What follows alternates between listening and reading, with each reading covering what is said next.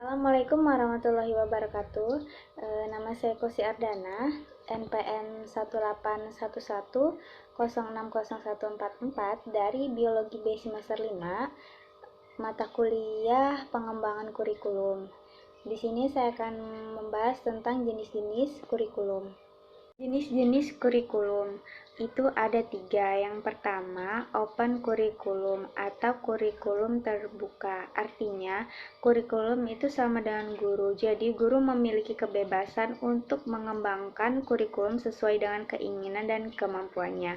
Kemudian, yang kedua ada closed kurikulum atau kurikulum tertutup. Artinya, kurikulum sudah ditentukan secara pasti, mulai dari tujuan, materi, metode, dan evaluasinya sehingga guru tinggal melaksanakannya. Yang ketiga ada guide kurikulum atau kurikulum terbimbing. Artinya, kurikulum setengah terbuka dan setengah tertutup. Pada rambu-rambu pengajar telah ini ditentukan dalam kurikulum, akan tetapi guru masih diberi kemungkinan untuk mengembangkan lebih lanjut dalam kelas. Sedangkan menurut Nasution mengatakan bahwa jenis-jenis kurikulum itu ada 3. Yang pertama ada separated subject kurikulum. Dilaksanakan sejak lama hingga sekarang masih banyak dipertahankan mulai dari sekolah dasar sampai dengan perguruan tinggi.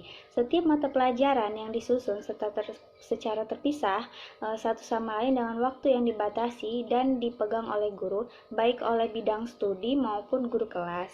Pada yang harus dikuasai oleh peserta didik yang terdapat dalam The Seven Liberal Arts yang terbagi menjadi 2 kelompok, yang masing-masing kelompok berisikan 3 dan 4 mata pelajaran yang diajarkan secara terpisah, yaitu kelompok Trifum yang berisi 3 mata pelajaran, yaitu gramatik, retorika, dan logika.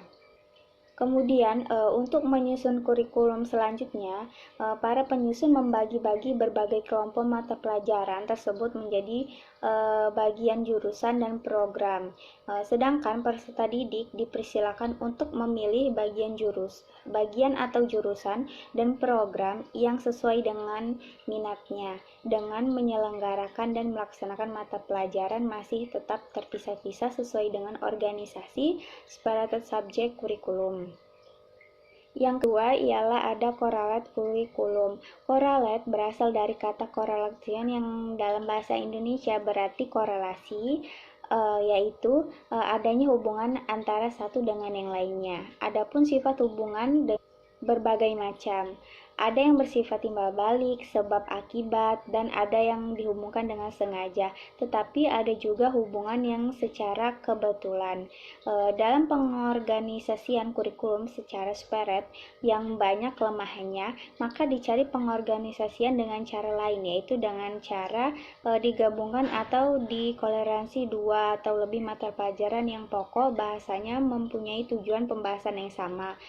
Kolerasi di bidang studi tersebut dapat terjadi sebagai korelasi antara pokok bahasan dalam bidang studi yang sejenis dan korelasi antara pokok bahasa di luar bidang studi yang tidak sejenis.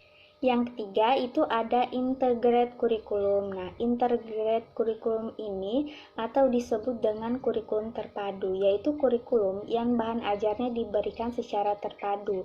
Misalnya, ilmu pengetahuan sosial merupakan fusi atau perpaduan dari beberapa mata pelajaran seperti sejarah, geografi, ekonomi, dan sosiologi serta yang lainnya.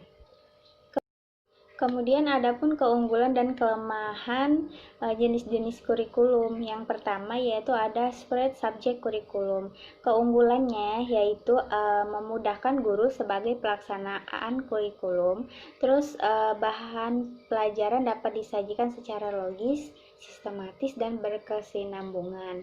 Kemudian organisasi kurikulum bentuk ini sangat sederhana, mudah direncanakan dan mudah dilaksanakan, dan mudah juga diadakan perubahan jika diperlukan. Yang terakhir, kurikulum ini memudahkan dinilai untuk mendapatkan data-data yang perlu untuk dilakukan perubahan seperlunya. Nah, kelemah-kelemahannya yaitu yang pertama Perkembangan dan pertumbuhan anak tidak harmonis, kurangnya perhatian masalah-masalah yang dihadapi anak secara faktual dalam kehidupan mereka sehari-hari. Yang ketiga, cenderung statis dan ketinggalan zaman. Kemudian kurikulum bentuk ini sangat terbatas karena hanya menekankan pada perkembangan intelektual dan kurang memperhatikan faktor-faktor lain. Kedua, ada correlate kurikulum. Keunggulannya ialah yang pertama, adanya korelasi antara berbagai mata pelajaran yang dapat menopang kebulatan pengalaman dan pengetahuan peserta didik berhubungan mereka menerimanya tidak secara terpisah-pisah. Yang kedua, adanya korelasi antara berbagai mata pelajaran memungkinkan peserta didik untuk menerapkan pengetahuan dan pengalamannya serta fungsional, yang dimana mereka dapat memanfaatkan pengetahuan dari berbagai mata pelajaran untuk memecahkan berbagai persoalan yang dihadapinya. Yang ketiga, ada bahan pelajaran yang disajikan akan lebih dipahami. Kemudian yang keempat, memahami murid tentang bahan yang diajarkan akan lebih luas. Minat murid untuk mempelajari bahan pelajaran bertambah sehingga ia pun dapat asosiasikan pengetahuan yang diperolehnya. Dan yang terakhir, bahan yang disajikan lebih jelas dan lebih bermanfaat dalam kehidupannya. Kemudian kelemahan dari correlate kurikulum ini bentuknya pada hakikat masih bersifat subjek konkret dan belum memilih bahan yang langsung dan dengan minat dan kebutuhan peserta didik serta masalah-masalah kehidupan sehari-hari. Yang kedua, ada penggabungan beberapa mata pelajaran menjadi satu kesatuan dengan lingkungan yang lebih jelas, tidak memberikan pengetahuan serta sistematis dan mendalam.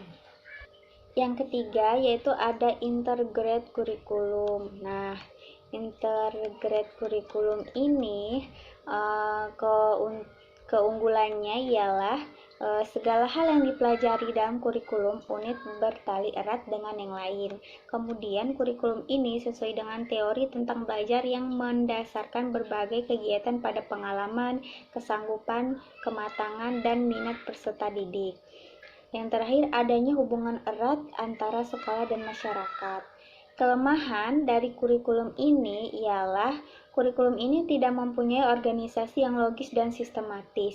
Pelaksanaan kurikulumnya berbentuk ini amat sangat repot. Dengan kurikulum berbentuk ini tidak dapat dimungkinkan adanya ujian umum. Kemudian ada faktor-faktor dalam organisasi kurikulum. Ada beberapa. Yang pertama ada skop. Skop atau ruang lingkup kurikulum berkenaan dengan ruang lingkup kurikulum atau bahan pengajaran yang harus diliputi. Skop menentukan apa yang harus dipelajari. Biasanya yang menentukan skop termasuk sequence atau urutan adalah para ahli pengembang kurikulum dibantu oleh ahli disiplin ilmu yang bekerja sebagai panitia yang diangkat oleh pemerintah, juga pengarang buku serta penyusun program latihan atau kursus. Yang kedua ada sequence atau urutan. Sequence ini menentukan urutan bahan pelajaran yang disajikan, apa yang dahulu dan apa yang kemudian. Maksudnya agar proses